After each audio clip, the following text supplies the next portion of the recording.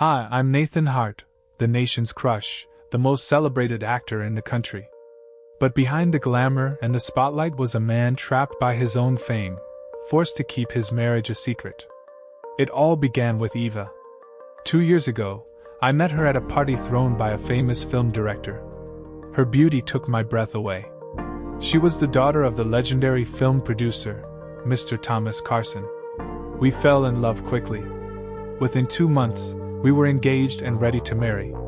A few days before our wedding, Eva's father called me to his office. His voice was calm but firm as he said, "Nathan, you're at the peak of your career. A public marriage will destroy your popularity. If you marry Eva, it must remain a secret." "No," I replied, my fists clenching. "I can't do that to Eva." Mr. Carson's expression hardened. "If you refuse, you'll lose more than Eva. You'll lose everything." His words hit me hard. He wasn't wrong. My career thrived on the illusion of being single, and risking it felt dangerous. Reluctantly, I told Eva, and to my relief, she agreed to keep our marriage a secret. But that decision planted the first seeds of tension between us. On screen, I was the charming Nathan Hart, often paired with Fiona, my co-star. Fans adored us and shipped us as Nathona. Eva hated it. I spent long hours on set, went on late-night promotional tours, and attended endless photo shoots. When I came home, I was too exhausted to talk, and Eva's frustration boiled over. She blamed me for the constant media frenzy around Fiona and me. Worse, because our marriage was a secret, we couldn't go out together. I had everything: fame, fortune, fans, but no freedom to live my life. As the weeks turned into months, the distance between us grew. Things worsened when Mr. Carson announced a new project, a romantic movie starring Fiona and me.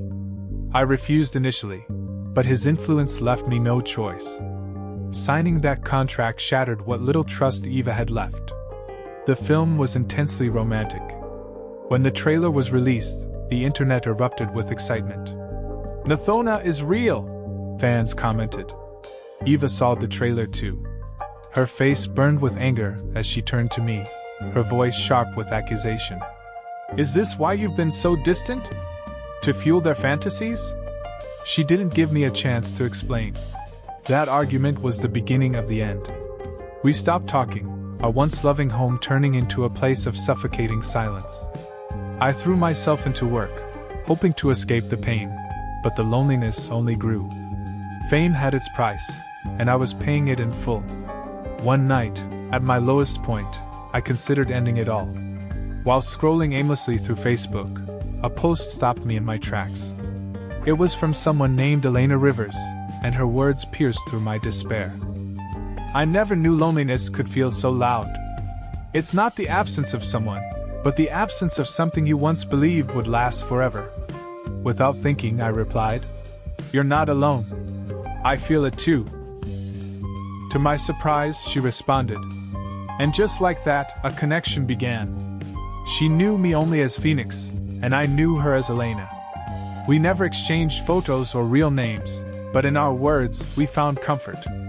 She spoke of her struggles in her marriage, and I shared mine. Over time, I realized I was falling for her, not her appearance, which remained a mystery, but her soul. She felt the same. 6 months later, I couldn't take it anymore. I needed to meet her, and she felt the same. We agreed to meet in a quiet, secluded cafe far from the city. She said she'd wear a pink dress, and I promised to be in all black with a pink scarf. As I sat by the window, hidden behind sunglasses and a cap, my heart pounded. What if she saw me and felt betrayed? What if she realized she had fallen for a lie? And then I saw her. A woman in a pink dress walked in. She paused at the entrance, scanning the room. I couldn't see her face clearly from where I sat. She stepped closer, and when our eyes met, time seemed to freeze. Her face turned pale, her eyes widening in shock. "Nathan?" she whispered. It was her. Eva, my wife. That day at the cafe, we found each other again. We talked for hours, sharing the truths and feelings we had buried for so long. It wasn't just forgiveness, it was a new beginning. A few hours later, I uploaded a new photo to my official Instagram, a picture of Eva and me, her head resting on my shoulder. The caption read, "With my lovely wife." The internet erupted. Fans embraced us with a new ship name, Bethova. The clock ticked steadily in the quiet house, each sound echoing in the stillness. I sat on the couch, surrounded by the remnants of my fading dream, baby books, fertility brochures, and a list of adoption agencies I'd been too afraid to call again. Daniel had promised we'd face this together, but his promises had become whispers lost in the wind. These days, he was a stranger in our home. Late nights, vague excuses, and the growing emotional chasm between us left me feeling more alone than ever. I tried not to dwell on it. I told myself he was just tired, just stressed. Until my phone buzzed that afternoon, shattering my fragile hope with a series of photos. The images left no room for doubt. Daniel was in them, unmistakable, his arm around a young blonde woman I didn't recognize. They were at dinner, their faces close, her hand resting on his chest. Another photo, the two of them in a hotel room, laughing. And then the one that broke me, a photo of them in bed, tangled together, their expressions intimate. I stared at the screen, my heart pounding. The message attached to the photos was brief. "Emma, my name is Chloe. I'm Daniel's assistant. I need your help." I felt a strange mix of fury and confusion. Who was this woman? Why was she sending me these photos? Why did she want my help? An address followed, and before I knew it, I was driving there. The apartment was modest, the kind of place that spoke of someone starting out in life. When Chloe opened the door, she looked young, nervous, but there was a defiance in her eyes. "I wasn't sure you'd come," she said, stepping aside to let me in. I walked inside, my gaze sharp and questioning. "You have 5 minutes," I said coldly. "Why did you send me those photos?" Chloe closed the door and turned to face me, wringing her hands. "Because I didn't know what else to do," she admitted. "Daniel told me to get rid of it." "Get rid of what?" I demanded, though the sinking feeling in my stomach already knew the answer. "The baby," she said softly, her hand instinctively going to her stomach. My breath caught. A baby. Daniel's baby. The child I had been fighting for, sacrificing for, it was hers. "And you thought I would help you?" I asked, my voice shaking. "Yes," she said firmly. "Because I'm keeping this baby, no matter what Daniel says. But he won't give me a cent for it. He doesn't want it. He doesn't want me." I should have turned around and walked out of that apartment. I should have told Chloe to deal with the mess she and Daniel had created. But I couldn't stop thinking about the baby. A tiny, innocent life caught in the middle of betrayal and heartbreak. "If you move in with me," I said slowly, "I'll make sure you and the baby are taken care of." Chloe blinked, startled. "Move in with me, and I'll take care of everything. Once the baby is born, I'll raise it." Chloe hesitated but finally nodded. "Okay," she said. "But only until the baby is born." When Daniel came home that evening, he froze at the sight of Chloe sitting in the living room. "What is she doing here?" he demanded. "I invited her, and I know everything," I said calmly. Daniel's face darkened. I stood slowly, my hands shaking. "Maybe you'd like to explain this, then." I grabbed my phone from the table and held it out, showing him the photos I had received earlier that day. Daniel's face drained of color. "Emma, Don't," I said, my voice trembling with fury and heartbreak. "Don't you dare lie to me. Don't pretend there's nothing going on." He ran a hand through his hair, his expression shifting from shock to guilt. "It was a mistake," he muttered. "I didn't mean for it to happen." "No, Daniel," I said sharply. "She's carrying your child. If you don't take responsibility, I will." His jaw tightened, and for a moment, he looked like he might argue. But he said nothing, simply storming out of the room.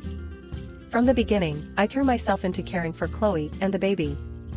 I took her to doctor's appointments, cooked her meals, and prepared the nursery. I dreamed of holding the baby in my arms, of raising him as my own. I even picked a name, Noah. But as Chloe's pregnancy progressed, her behavior began to change. She grew closer to Daniel, spending more time with him and whispering in corners. One night, Daniel told me, "Chloe needs more space. She should move into the master bedroom." I stared at him, stunned. Should we move to the guest room then? No, it's only you, Daniel replied firmly. I'll stay with Chloe. I stared at him, stunned. You're asking me to leave our bedroom? It's just for now, he said, avoiding my eyes. Our baby needs his dad too, Daniel said, his voice cold and resolute. The doctor said it's important to talk to the baby at night. That night, I moved my belongings into the small, cold room. I sat on the edge of the bed, staring at the blank walls, and cried silently. I can't lose this baby, I whispered to myself. I won't. That night, I heard Chloe and Daniel laugh together in our bedroom. The sound pierced through the walls, a cruel reminder of everything I had lost. Things took a darker turn when Chloe, who had promised I could raise the baby, changed her mind. I'm keeping him, she said one evening, her tone resolute. I'm his mother, and he belongs with me. I pleaded with her. You promised me, I said, my voice breaking. You said I could raise him. I changed my mind, Chloe said coldly. I turned to Daniel, desperate for support. You can't let her do this, I begged. Daniel's response was devastating. She's right, he said. She's the baby's mother. And if you really love him, Emma, you'll let us go. What do you mean? I asked. Give me the divorce. Our baby needs his parents, Daniel said. No. I can't. I need the baby, that's all. I shouted. How can you do this to our unborn baby? A woman like you can't be a mother. Daniel yelled. I ran away and cried. I can't divorce him, I can't let them think I've failed. And I can't lose this baby. I won't. My desire to be a mother blinded me to the dysfunction around me. I endured every indignity, clinging to the belief that the baby would make it all worthwhile. At 6 months pregnant, Chloe's dominance seemed unshakable. Just when I thought I couldn't endure any more heartbreak, a man appeared at the house one evening introducing himself as Jason. He dropped a bombshell that changed everything. I'm Chloe's boyfriend, he said. Where I was until I went to prison 6 months ago. That baby she's carrying? It's mine. Daniel, stunned, demanded answers. Jason explained that Chloe had used Daniel for financial support while Jason was incarcerated. A DNA test confirmed Jason's claim. Chloe's web of lies unraveled. She packed her things and left with Jason, taking the baby I had dreamed of raising. With Chloe and the baby gone, I handed Daniel divorce papers. You destroyed everything, I said coldly. I won't waste another moment on you. Despite my heartbreak, I refused to give up on my dream. I resumed the adoption process and, within a year, welcomed 2 beautiful babies into my life, a boy and a girl. My home, once filled with sorrow, became alive with love and laughter. Finally, I created the family I had always dreamed of, a family that was truly mine. Meanwhile, Daniel was left alone, haunted by his choices and the life he had thrown away.